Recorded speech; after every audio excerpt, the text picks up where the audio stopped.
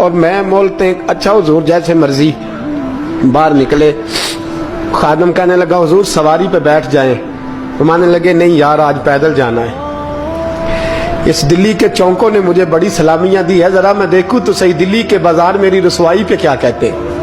مجھے ذرا یہ پتھر بھی کھانے دے, ان کا ذائقہ بھی. پیدل گئے, دنیا سو گئی تو دلی کے بادشاہ نے اجمیر کی طرف منہ کیا. خواجہ معین الدین حیات تھے. بے خبر ہو جو غلاموں سے وہ آقا کیا ہے, بے خبر ہو جو غلاموں سے وہ منہ کیا. کہنے لگے معین الدین میں کوئی لوارس تو نہیں نا, میں کوئی لوارس ہوں کہ یہاں جو میرے ساتھ مرضی ہو جائے. تیری مجبوریاں درست مگر تیرا وعدہ تھا ساتھ دینے کا وقت آیا ہے. میں کوئی لوارس نہیں کہ اب تو اجمیر میں بیٹھا رہے اور میں دکھ سارا اکیلے برداشت کروں. بڑھاپے کا مجھے بھی پتا ہے, کمزوری کا مجھے بھی پتا ہے, ذوف کا مجھے بھی پتا ہے, پر تتی تھوڑے تھکڑے خاندڑیاں, میں بھی تو تیرے نام تو مفت بھی خاندڑیاں. مجھے بھی تو پتا ہے نا منم غلام علی حیدریم قادریم تمز احمد رضا خامی زنم. میں نے بھی تو اپنا نام نہیں نا جپا, تیرا ہی جپا ہے ساری زندگی. یہ لفظ کہے, کہتے میں رویا.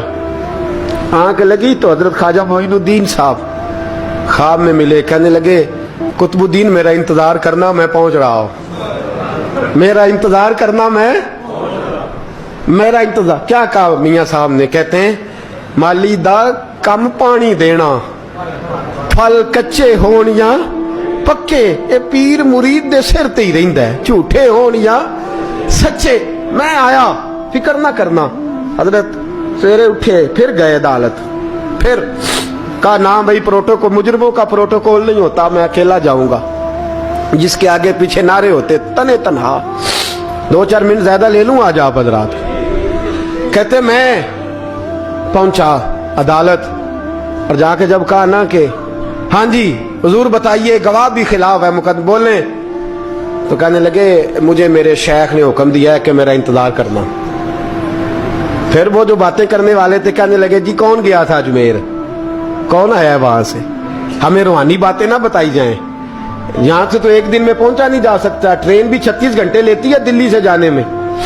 تو کہا یہ کیسے ہو سکتا ہے, کوئی رات کو رات آپ کو خبر ہو گئی, آپ کیس کو لمبا نہ کریں. بادشاہ مرید ہے, لگتا ہے کہ یہ راتوں رات بگا لے گا. اذان ہوئی تو لوگ کہنے لگے لو جی باتیں خواجہ صاحب نے سنی. خواجہ قطب الدین صاحب نے اللہ اکبر کہہ کے مغرب کی جماعت جب میدان میں کھڑی کی تو اپنی بھی چیخ نکل گئی. آئے نہیں, لیکن جب نماز کا سلام پھیرا تو خواجہ معین الدین صاحب کی 2 رکعتیں ابھی باقی تھیں. خواجہ صاحب پیچھے نماز پڑھ رہے ہیں, سلام پھیرا اور نماز کے بعد جب اٹھے نا تو خواجہ صاحب کے سینے کے سینہ لگا.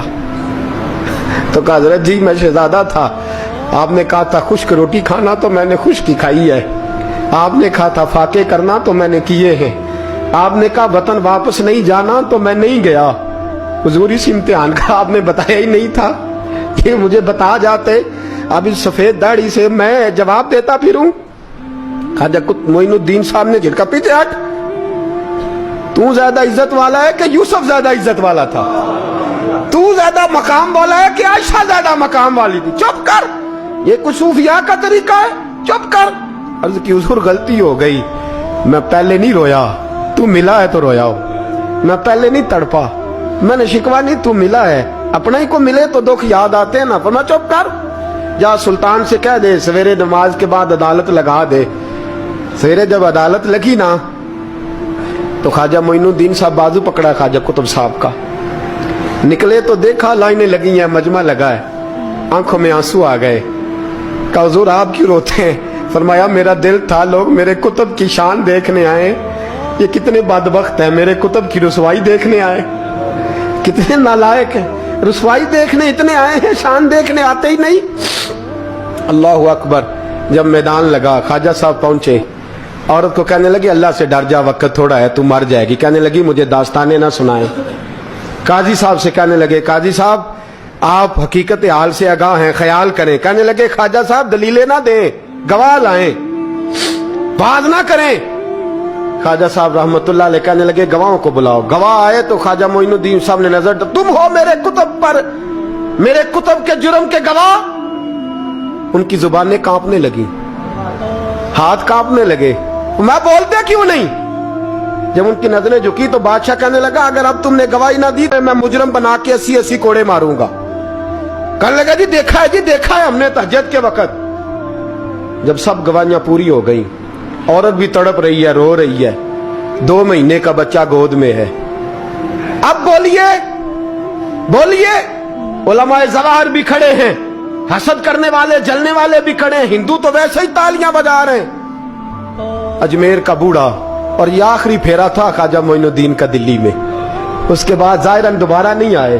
اٹھے لاٹھی ٹکاتے ٹکاتے اور میدان کے اندر جا کے نا, بڑے میدان میں مجمع تھا, سر سجدے میں رکھا. کہنے لگے یا اللہ میں ہندوستان مرضی سے نہیں آیا, تیرے رسول کا بھیجا آیا ہوں.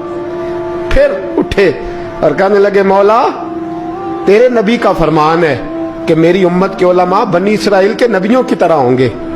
اگر یوسف کے لیے بچہ بول سکتا ہے تو میرے کتب کے لیے بھی بولنا چاہیے. اگر یوسف علیہ السلام کے لیے بول سکتا ہے تو میرا قطب الدین بھی سچا ہے. اس کے لیے پھر اٹھے, اس بی بی کی طرف بڑھے. لوگ کہنے لگے نہ جانے اب کیا ہوگا. جب اجمیر کے بادشاہ نے, عطا رسول نے, ہند الولی نے, امام الاولیاء نے کپڑا کھینچا اور کہنے لگے وہ بچے تو جانتا ہے نا تیرا باپ کون ہے, 2 مہینے کا بچہ. جب نانا بولا تو بی بی کہنے لگی اب کیا کر رہے ہو, بچے بھی کبھی بولے ہیں. میں بی بی چپ کر, ان اللہ علی کل شیء قدیر, میں کمزور رب کا ماننے والا نہیں, قدرتوں والے رب کا ماننے والا ہوں. وہ چاہے تو بچے بھی بولتے ہیں. قرآن کہتا ہے حضرت عیسیٰ بولے تھے انی عبداللہ آتانی الکتاب. مریم بھی تو ولی اللہ تھی, وہ نبی تو نہیں تھی. اگر ولی اللہ بنی اسرائیل کا ہو بچہ بول سکتا ہے, تو اگر ولی اللہ محمد عربی کی امت کا ہو تو بچہ پھر بھی بول سکتا ہے. یوں کپڑا ہٹایا, بچہ بول. 2 مہینے کا بچہ ماں کی گود میں اٹھ کے بیٹھ گیا اور بچہ بول کے کہنے لگا السلام علیکم یا ولی اللہ. جب یہ لفظ ادا کیے تو نعرے لگنے لگے, لوگ رونے لگے. بی بی بے ہوش ہو کے گری, فرمانے لگے مجھے سلام نہ کر, میرے کتب کی بات بتا.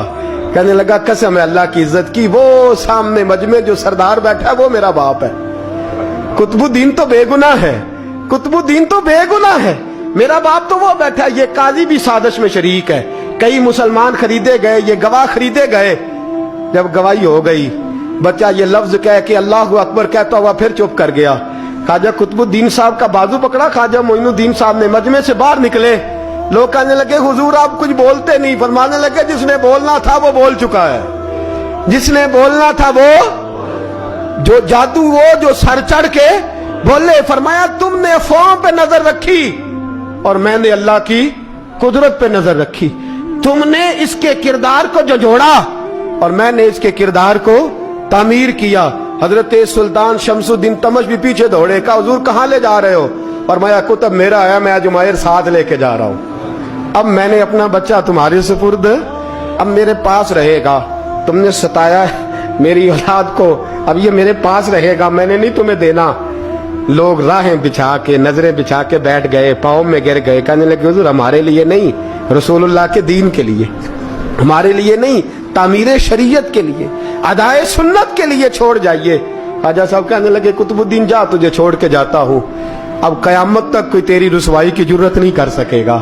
عزیز یاد رکھ, نہ افواہوں پہ لگا کریں, نہ کسی برادری, کسی قوم, کسی شخص کے بارے میں ایسی باتیں. یہاں تو لوگ گڑ گڑ کے چیزیں لاتے, گڑ گڑ کے چیزیں لاتے, اور جن کی ہیں ان کے پاس بڑے دلائل ہیں اپنی صفائی پیش کرنے کے لیے. جو غربا مساکین ہوتے ہیں وہ بیچارے اپنی عزت پر لگا ہوا داغ دھو بھی نہیں پاتے. ہم بڑا لوگوں پر دھبا لگا کے ثابت کر گزرتے ہیں اور پھر صدیاں گزر جاتی ہیں. میری غربت نے کیا مجھ کو زمانے میں بدنام, تیری دولت نے تیرے عیب چھپا رکھے ہیں. اللہ کا قرآن کہتا ہے جب خبر پہنچے تو تحقیق کر, خیال کر, اس کے بعد پھر آگے اس کو بیان کر. اللہ ہمیں سمجھنے کی توفیق دے. آخر دعوان ان الحمدللہ.